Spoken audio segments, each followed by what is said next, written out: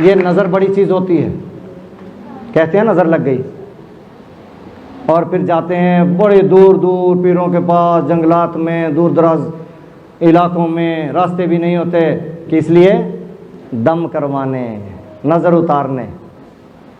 قرآن پاک میں آخری 2 صورتیں اسی مقصد کے لیے آئی ہیں، کیسا ہی جادو ہو، کیسی ہی نظر ہو،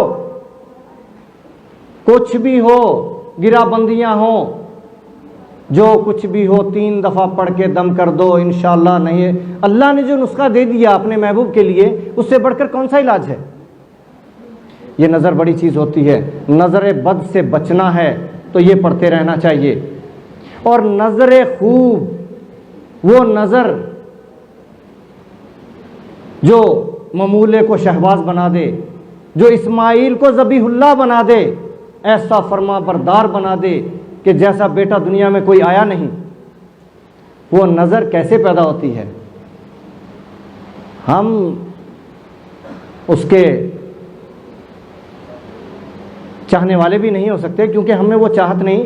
خلیل اللہ کو کیسے ملی وہ نظر کہ بیٹے پہ پڑی تو بیٹا دنیا کا واحد بیٹا بن گیا؟ وہ نظر اس محبت سے آتی ہے جس کی بنا پہ ابراہیم کو خلیل اللہ بنایا گیا، کہ اللہ کی خاطر، اللہ کے حکم کی خاطر بیٹے کو بھی ذبح کرنے چل پڑے، چھری پھیر دی۔ اور وہ فیضان نظر تھا کہ بیٹے نے کہا گلے پہ چھری پھیرتے وقت ترس آئے گا، مجھے الٹا لٹا لیں، اپنی آنکھوں پہ پٹی باندھ لیں۔ یہ فیضان نظر تھا، یا کہ مکتب کی کرامت تھی؟ مکتب کا تو یہ حال ہے،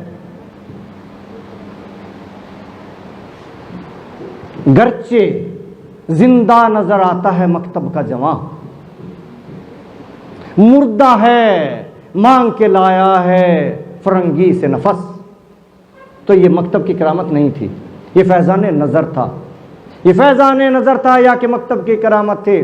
سکھائے کس نے اسماعیل کو آداب فرزندی؟